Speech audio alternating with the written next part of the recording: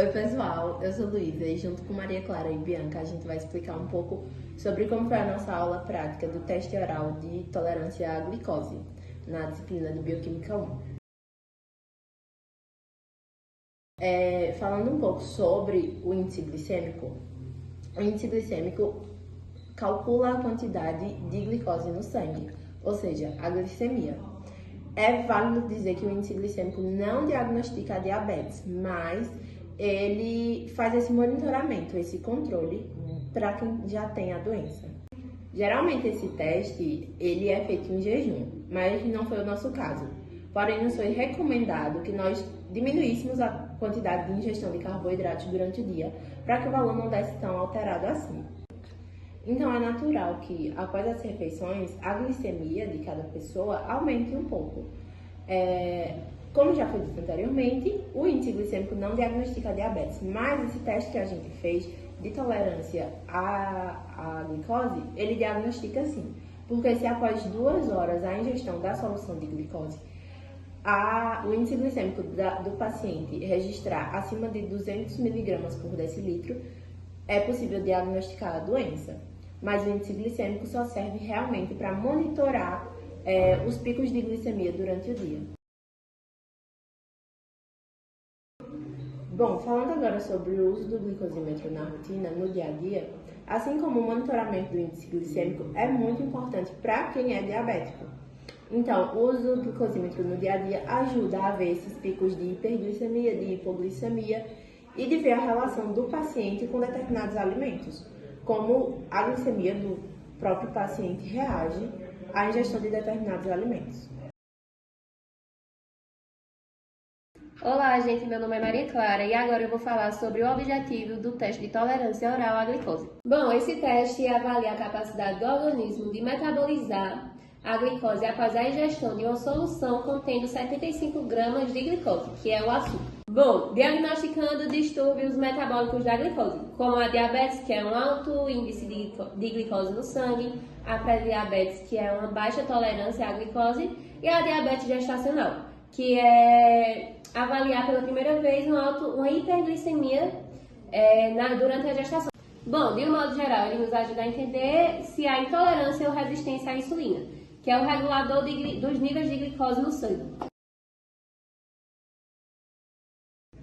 A metodologia desse teste consiste em realizar uma coleta de sangue de um paciente em jejum de 8 a 12 horas e medir sua glicemia. Após a primeira coleta, o paciente vai ingerir uma solução contendo as 75 gramas de glicemia e 300 ml de água, que eu já tinha falado anteriormente.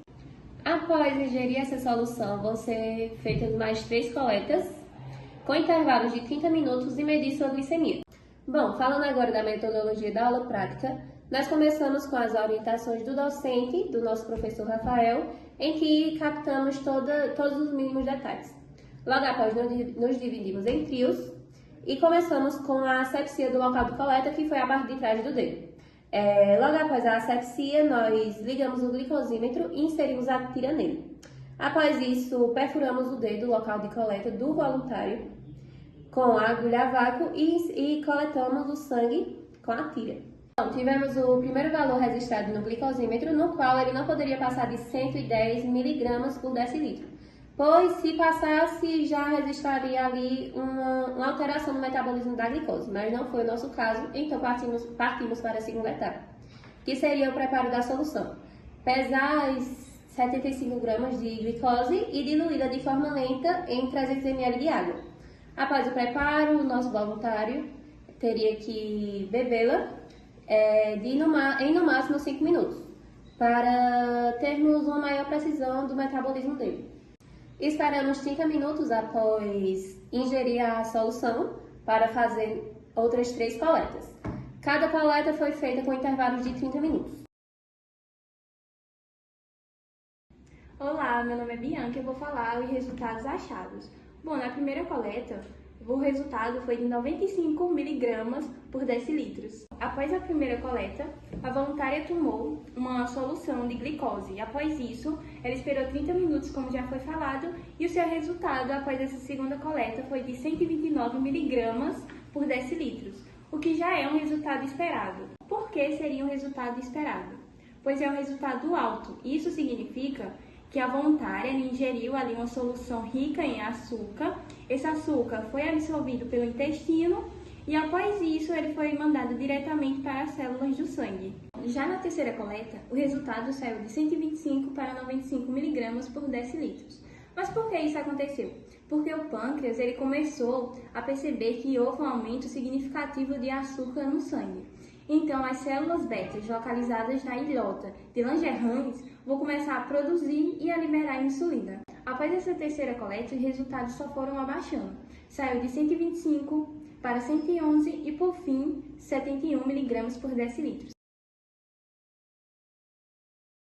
Mas por que isso acontece? Porque a insulina ela funciona como uma porta. Ela vai deixar que o açúcar entre na célula e ela seja usada como forma de energia ou seja armazenada. Bom, o último resultado foi de 71 mg por decilitros. Então, podemos dizer que a voluntária não tinha diabetes de acordo com a tabela, pois o resultado foi abaixo de 100. Bom, e de considerações finais tivemos o diagnóstico da presença ou não de distúrbios metabólicos da glicose do voluntário. Exatamente, e a partir dessa aula prática a gente pôde perceber a importância do teste oral de tolerância à glicose.